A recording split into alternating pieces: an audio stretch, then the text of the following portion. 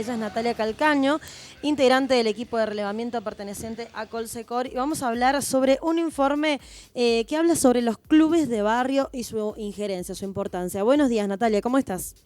Buenos días, ¿cómo están? Bien, bien, muy bien. Antes de comenzar a hablar de este informe, nos gustaría conocer el trabajo que realiza Colsecor para toda la gente que nos está viendo y nos está escuchando, por supuesto.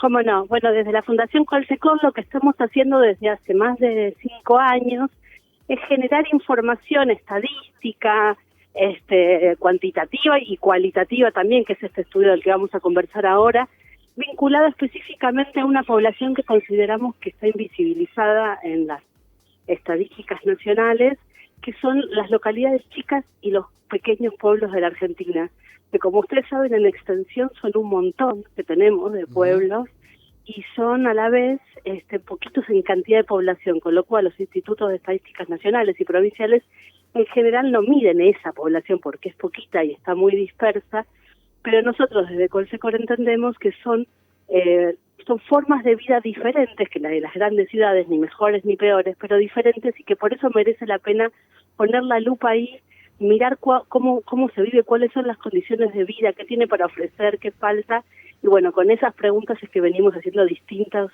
relevamientos de información. Claro, pueblos muchas veces, Natalia, que son solamente noticia cuando lo son para algún hecho muy aislado, pero más allá de eso, efectivamente están fuera del radar, digamos, Sí. de la mayoría de los medios.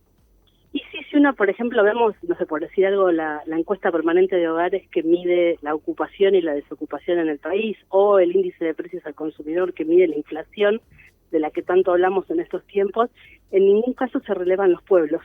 Solamente se relevan las grandes áreas metropolitanas, la de Buenos Aires, la de Rosario, la de Mendoza, pero no se relevan. Entonces no sabemos cómo es la situación ocupacional, de precios, de calidad de vida de los pueblos, porque, como bien decías, está invisibilizado en las estadísticas nacionales. Bien. Y respecto a la gestión de los clubes, ¿qué podemos decir? Sobre todo en este contexto tan adverso que estamos viviendo en cuanto a política, economía y social acá en el país. Claro, ahí nosotros a partir de esa pregunta, y sobre todo la pregunta de cuáles son las condiciones de vida, cómo se vive en un pueblo, faltan cosas, hay oferta a la que no se accede. Bueno, y con esas preguntas primero hicimos un registro cuantitativo de la cantidad respecto a salud, educación, cultura y deportes. Y bueno, y eso nos mostró distintas cosas. Bueno, no lo quiero hacer muy largo, pero los pueblos tienen oferta, sobre todo pública, mucho menos privada, sobre todo en salud, educación y también en cultura y deportes, la oferta es pública. Y en el caso de deportes encontramos, como también en otras áreas, cómo la acción cooperativa logra organizar la oferta que los privados no dan. Esos son los casos, en el caso de deportes, de los clubes sociales y deportivos. Uno encuentra que en todos los pueblos de la Argentina hay 1 hasta 2 y a veces 3 clubes sociales y deportivos que se organizan bajo la forma de asociaciones sin fines de lucro. ¿Qué quiere decir eso? Que son organizaciones que están ahí no para hacer negocios, sino para ofrecer a la población, por un lado, la actividad física, que es parte de una vida sana, pero por otro lado también la oferta de la contención y la sociabilidad. Son espacios en donde se hacen amigos, en donde se aprenden cosas, en donde se compite, en donde también los clubes tienen mucho espacio para el festejo, se hacen los cumpleaños, los casamientos, o sea, cumplen un rol, yo diría, clave en la trama comunitaria, en la sociabilidad. Los clubes lo que hacen es hacer más sólida la trama de las comunidades de los pueblos chicos. Entonces tienen un rol muy importante en muchos aspectos. Siempre he visto, Natalia, a estas organizaciones, los clubes pequeños o por ahí no tan pequeños, como la solución integral a un montón de demandas de la comunidad. ¿Un poco lo ves así? Claro, y sí, a las demandas, pero también es la propia comunidad resolviendo esas demandas. No es que viene una gran empresa que tiene un gimnasio y pone máquinas. No, esto tiene que ver con la propia comunidad que se organiza y, por ejemplo, hace ferias del plato para juntar plata para pintar la cancha. No sé, hay una necesidad y la propia comunidad autoorganizándose para resolverla. Entonces, eso lo que hace es que sea mucho más sólido y que sea la resolución a distintas cosas. O sea, no es solo la práctica deportiva. y no es solo que los chicos puedan aprender y conocer distintas disciplinas, sino también es los papás y las mamás organizando cómo viajar a la competencia, prestándose los autos. Hay ahí una cosa de que la comunidad resuelve. Sí, Fran. Hola Natalia, soy Fran, ¿cómo estás? Hola. Mira, te quería preguntar, ¿cuál ha sido la forma más significativa en que la Fundación ha logrado su objetivo de fomentar el desarrollo comunitario a través de la cooperación, en este caso en el mundo de los clubes, del deporte? Sí, ahí lo que a nosotros nos importa es como visibilizar, ¿no? O sea, es como conocer y mostrar. Y bueno, lo que nosotros logramos con este estudio en particular, que es un estudio, como les decía, tipo cualitativo, yo les estoy contando las características, no las cantidades. Fue como un pasito más que dimos desde la Fundación. Bueno, vamos a salir solo de los números y los porcentajes y vamos a ir a los porqués. Y bueno, fue un desafío este estudio que hicimos sobre salud y sobre deportes. Y las entrevistas que hicimos en el caso de los clubes, a los presidentes de los clubes de distintas localidades de la Argentina, además de 8 provincias fueron que participaron, las entrevistas fueron hechas también por gente del lugar. Y eso también es interesante, porque no solamente generamos la información, sino que es la propia localidad la que genera la información, y eso deja capacidad instalada, eso deja que el propio pueblo se conozca.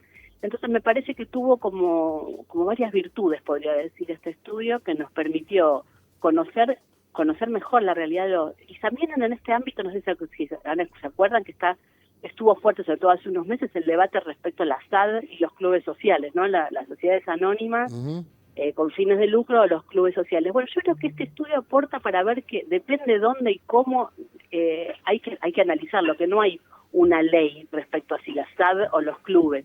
Depende dónde, depende para qué, cuál es la función, si la función es social, si la función es económica, si es para hacer negocios. Bueno, que hay que hacerse distintas preguntas antes de responder tan rápidamente si una u otra.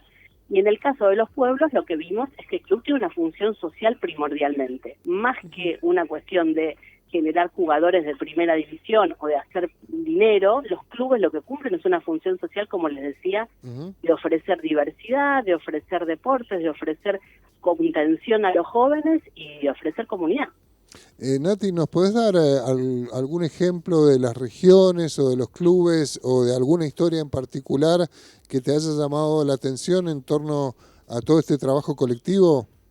Mira, lo que te podría decir que me llamó la atención, primero es esto que les dije recién, que no hay pueblo que no tenga club. No importa, digamos, podemos hablar de un pueblito rural chiquitito y tiene un club.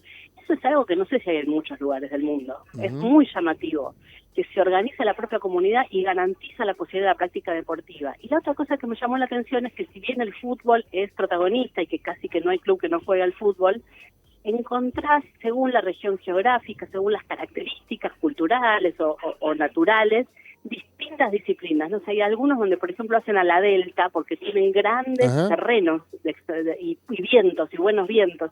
Entonces se vuelven expertos en a la delta, encontramos, remo, si hay ríos, cómo la naturaleza ofrece la posibilidad de conocer disciplinas que por ahí ni por casualidad se conocerían.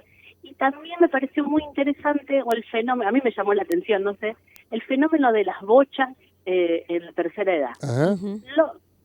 Se juegan y hay competencias importantísimas. Y eso me parece que hoy la tercera edad, si vieron que con la ampliación de la esperanza de vida se vive muchos años en la edad pasiva, que se dice, ¿no? Cuando estás jubilado.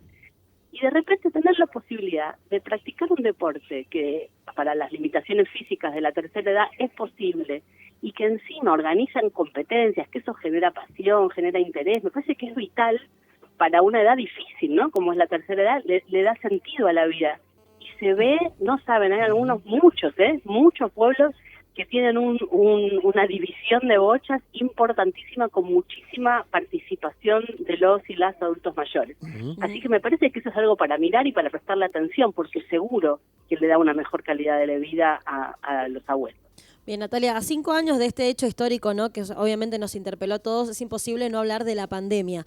¿Qué rol tuvo qué puntapié dio la pandemia para el desarrollo de estos clubes y también posicionarlos dentro de esto que es tan importante, ¿no?, para sustentar a estos pequeños pueblos y no tan pequeños también? Sí, fue un momento difícil para los clubes, por lo que vimos en general, ¿no? Hicieron lo que pudieron, sin mucha capacidad no sabían bien cómo hacerlo, algunos con lo virtual, otros no pudieron, pero lo que sí comentaron varios, ahora que lo decís, es que a partir de post-pandemia hubo mucha más gente haciendo deporte, muchas, por ejemplo, mujeres grandes, que nunca habían hecho o que no estaban haciendo, y que a partir de la pandemia empezó a querer hacer actividad física, como que el cuerpo se los pidió. Entonces creció mucho la cantidad de gente que practica deportes post pandemia, y también crecieron mucho las disciplinas más individuales, el running, el maratón, gimnasia, como que eran disciplinas que antes no estaban, y a partir de la pandemia, por ahí al empezar a hacerlo en la casa o demás, las prácticas más de gimnástica, diría, crecieron un montón. Qué bueno, qué bueno. ¿Dónde podemos ver este informe y todo el trabajo que realizan desde Colsecor, Natalia?